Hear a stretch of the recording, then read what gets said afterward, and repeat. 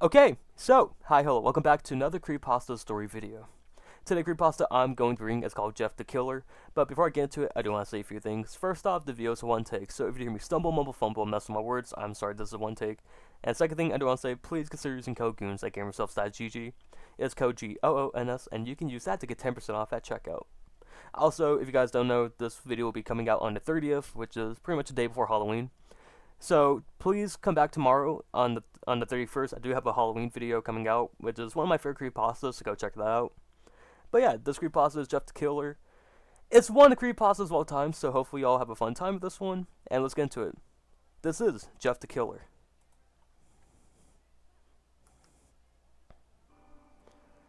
This is an excerpt from a local newspaper. Ominous unknown killer still at large. After weeks of unexplained murders, the ominous unknown killer is still on the rise. After little evidence had been found, a young boy states that he survived one of the killer's attacks and bravely tells his story. I had a bad dream and I woke up in the middle of the night, says the boy. I saw that for some reason the window was open, and even though I remember it being closed before I went to bed, I got up and I shut it once more. Afterwards, I simply crawled under my covers and I tried to go back to sleep. That's when I had a strange feeling, like someone was watching me. I looked up and nearly jumped out of my bed. There, in a little ray of light, illuminating from between my curtains, were a pair of two eyes.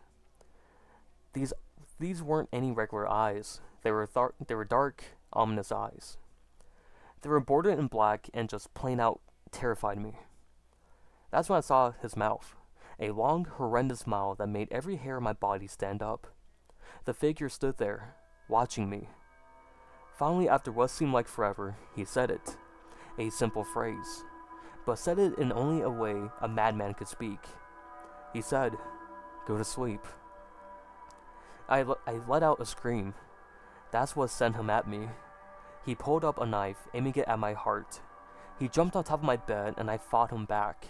I kicked, I punched, I rolled around, trying to knock him off me. That's when my dad busted in. The man threw the knife and went into my dad's shoulder. The man probably would have finished him off if one of the neighbors hadn't alerted the police. They drove into the parking lot and ran towards the door. The man turned and ran down the hallway. I heard a smash, like glass breaking. As I came out of my room, I saw the window that was pointing towards the back of my house was broken.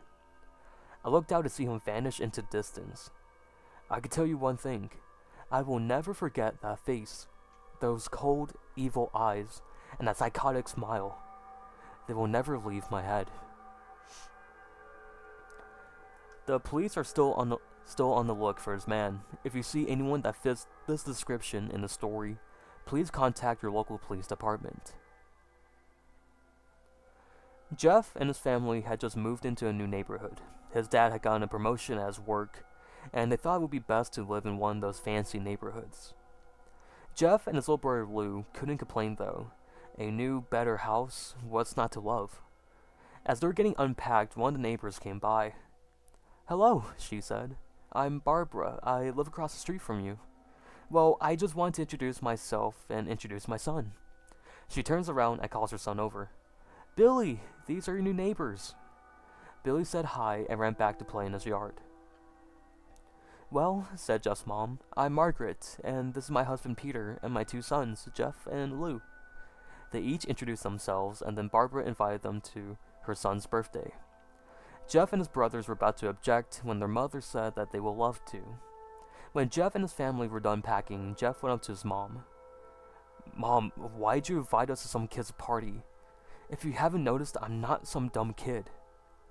"Jeff," says mother, "we just moved here. We should show that we want to spend time with our neighbors.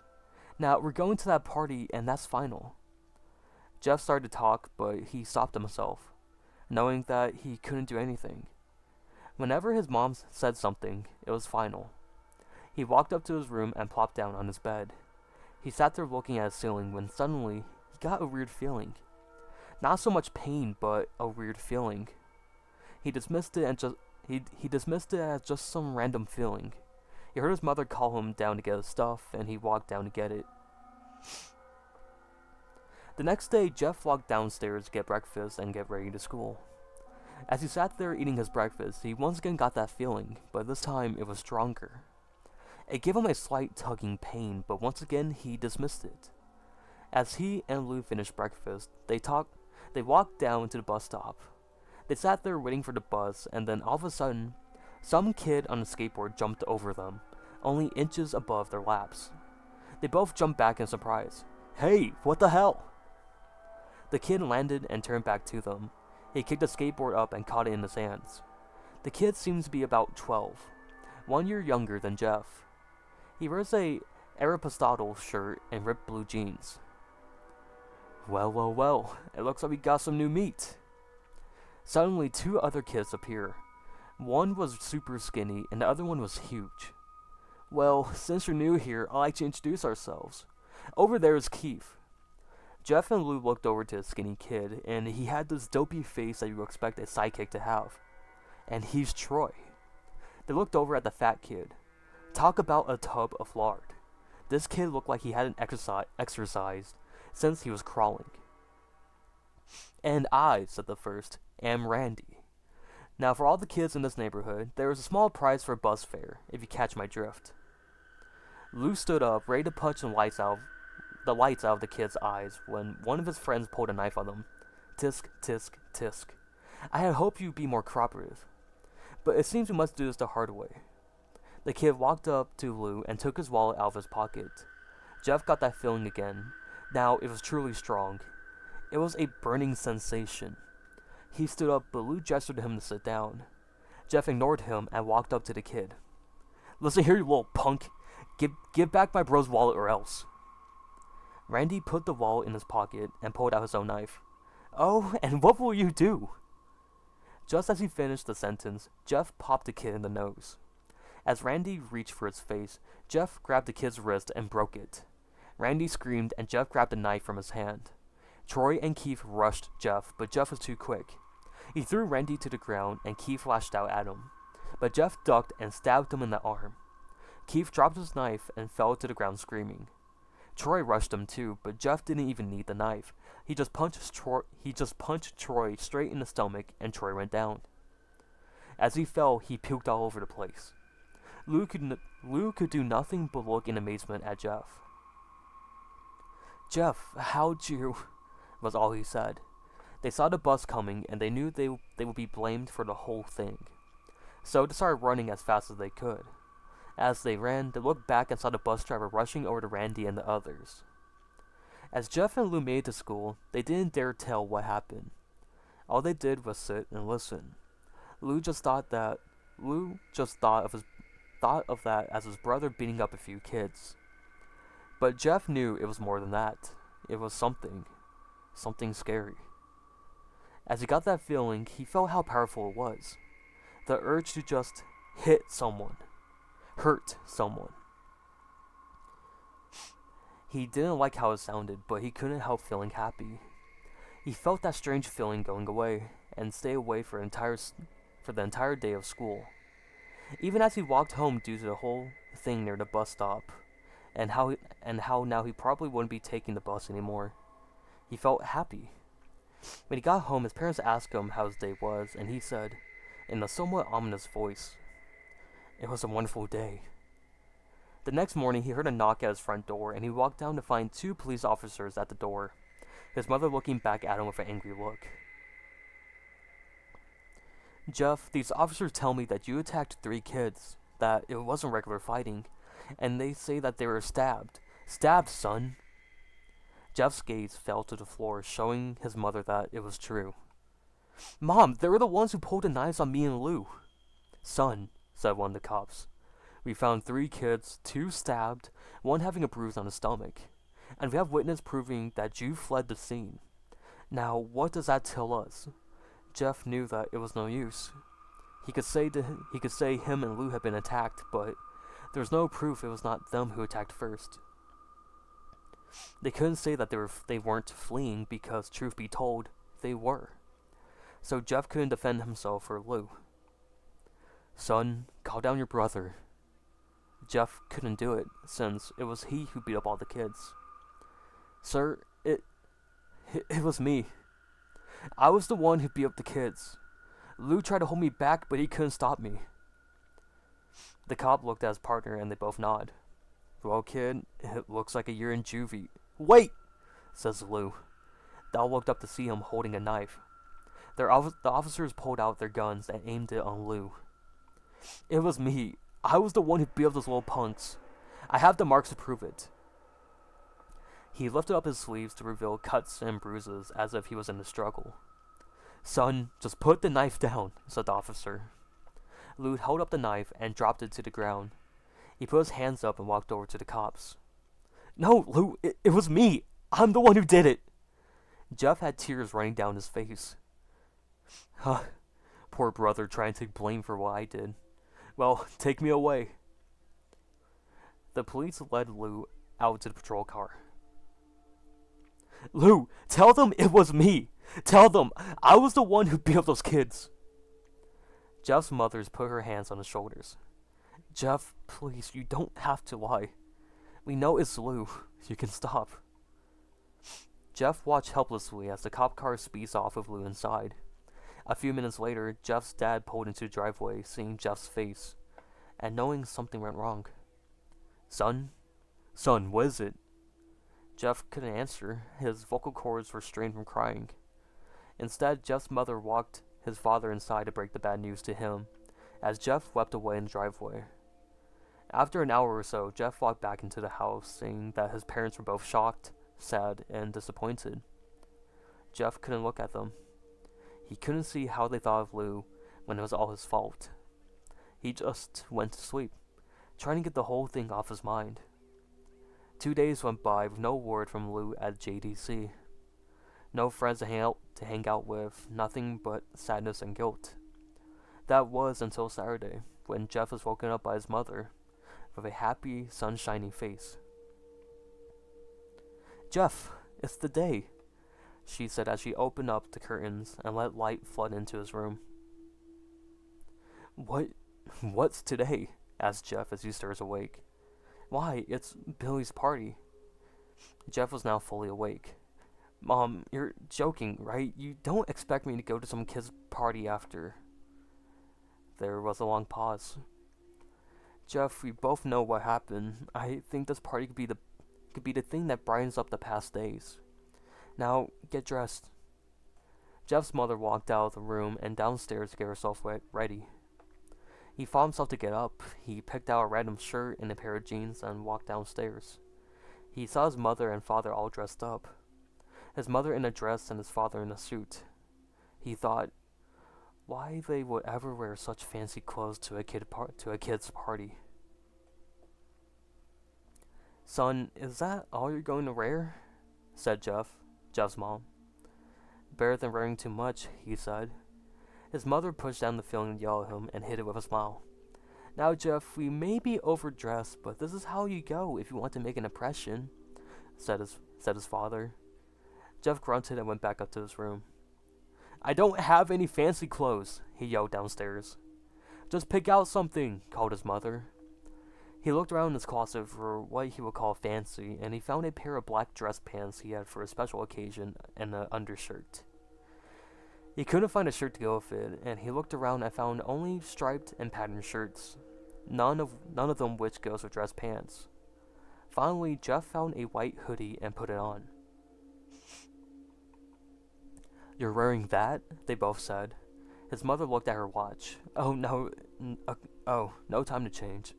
Let's just go, she said as she herded Jeff and his father out the door. They crossed the street over to Barbara and Billy's house, and they knocked on the door, and it appeared that Barbara, just like his parents, were way overdressed. As they walked inside, all Jeff could see were adults and no kids. The kids are out in the yard, Jeff.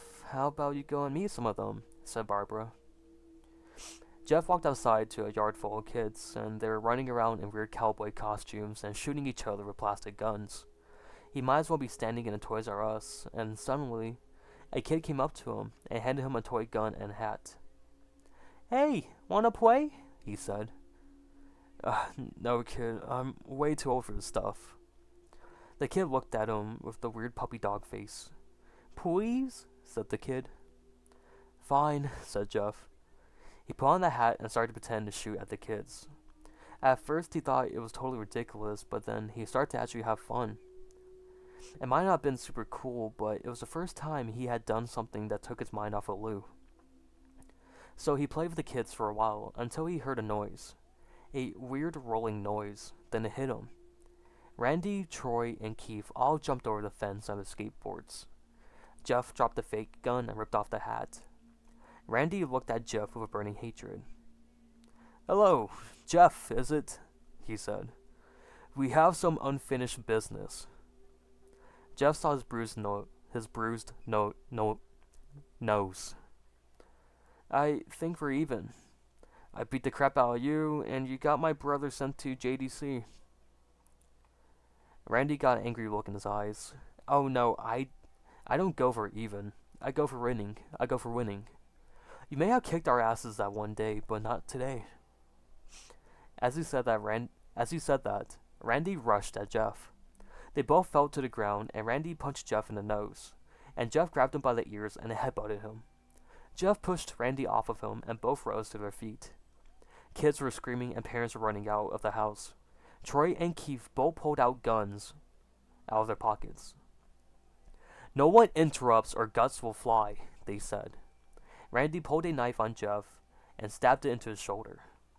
Jeff screamed and fell to his knees.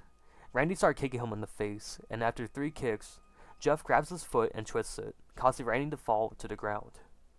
Jeff stood up and walked towards the back door. Troy grabbed him. Need some help? He picks Jeff up by the back of the collar and throws him through the patio door. As Jeff tries to stand, he is kicked down to the ground. Randy repeatedly starts kicking Jeff until he starts to cough up blood. Come on, Jeff! Fight me! He picks Jeff up and throws him into the kitchen. Randy sees a bottle of vodka on the counter and smashes the glass over Jeff's head. Fight! He throws Jeff back into the living room. Come on, Jeff! Look at me! Jeff glances up, his face riddled with blood. I was the one who got your brother sent to JDC, and now you're just gonna sit here and let him rot in there for a whole year? You should be ashamed of yourself. Jeff starts to stand up. Oh, finally! You stand and fight! Jeff is now to his feet, blood and vodka on his face. Once again, Jeff starts to get that strange feeling again. The one that he hasn't felt in a while. Finally, he's up! Says Randy as he runs at Jeff. That's when it happens. Something inside Jeff snaps. His psyche is destroyed. All rational thinking is gone, and all he can do is kill. He grabs Randy and power drives him into the ground. He gets on top of him and punches him straight in the heart. That punch causes Randy's heart to stop beating. As Randy gasps for breath, Jeff hammers down on him, punch after punch. Blood gushes from Randy's body until he takes one final breath and dies. Everyone is looking at Jeff now, the parents, the crying kids, even Troy and Keith. Although they easily break from their gaze and point their guns at Jeff. Jeff sees the guns trained on him and runs for the stairs. As he runs, Troy and Keith let out fire on him, missing each shot. Jeff runs up the stair and he hears Troy and Keith follow up behind him. As they let out their final rounds of bullets, Jeff ducks into the bathroom. He grabs a towel rack and rips it off the wall. Troy and Keith race in with their knives ready. Troy swings a knife at Jeff, who backs away and bangs the towel rack into Troy's face. Troy goes down hard, and now all that's left is Keith. He is more agile than Troy though, and ducks when Jeff swings the towel rack. He dropped the knife and grabbed Jeff by the neck. He pushed him into a wall, and a thing of bleach fell down on top of him from the top shelf. It burned both of them, and they both started to scream. Jeff wiped his eyes as best as he could, and he pulled back the towel rack and swung it, straight into Keith's head. As he lay there, bleeding to death, he lets out an ominous smile. What's so funny? Asked Jeff. Keith pulled out a lighter and switched it on. What's funny, he said, is that you're covered in bleach and alcohol. Jeff's eyes widened as Keith threw the lighter at him. As soon as the flame made contact with him, the flames ignited the alcohol in the vodka. While the alcohol burned him, the bleach bleached his skin. Jeff let out a terrible screech as he caught on fire. He tried to roll out of the fire, but it was no use. The alcohol made him a walking inferno. He ran down the hallway and fell down the stairs. Everybody started screaming as they saw Jeff, now a man on fire. Jeff dropped to the ground, and he was nearly dead. The last thing Jeff saw was his mother and the other parents trying to extinguish the flames. That's when Jeff passed out. When Jeff woke up, he had a cast wrapped around his face. He couldn't see anything. But he felt a cast on his shoulder, and stitches all over his body. He tried to stand up, but he realized that there was some tube in his arm. And when he tried to get up, it fell out, and a nurse came rushing in. "I don't think you can get out of bed just yet," she said as she put him back on his bed and reinserted the tube. Jeff sat there with no vision, no idea of what his surroundings were, and finally, after hours, he heard his mother. "Honey, are you okay?" she asked. Jeff couldn't answer though. His face was covered, and he was unable to speak. "Oh, honey, I have great news. After all the witnesses told the police that Randy confessed to trying to attack you, they decided to let Lou go." This made Jeff almost bolt up, stopping halfway, remembering the tube coming out of his arm. "He'll be out by tomorrow, and then you two will be able to be together again." Jeff's mother hugs Jeff and says her goodbyes. The next couple of weeks there were those where Jeff was visited by family. Then the day came when his bandages were removed. His family members were all there to see it, what he would look like, as the doctors unwrapped the bandages from Jeff's face. Everyone was on their edge of their seats. They waited until the last bandage holding the cover over his face was almost removed. "Let's hope for the best," said the doctor. He quickly pulls the cloth, letting the rest fall from Jeff's face. Jeff's mother screams at the sight of his face. Lou and Jeff's dad stare awestruck at his face. What happened to my face?" Jeff said. He rushed out of the bed and ran to the bathroom. He looked in the mirror and saw the cause of their distress. His face. It was horrible. His lips were burnt to a deep shade of red. His face was turned into pure white color, and his hair singed from brown to black. He slowly put his hand to his face, and it had some sort of leathery feel to it now. He looked back at his family and then back in the mirror.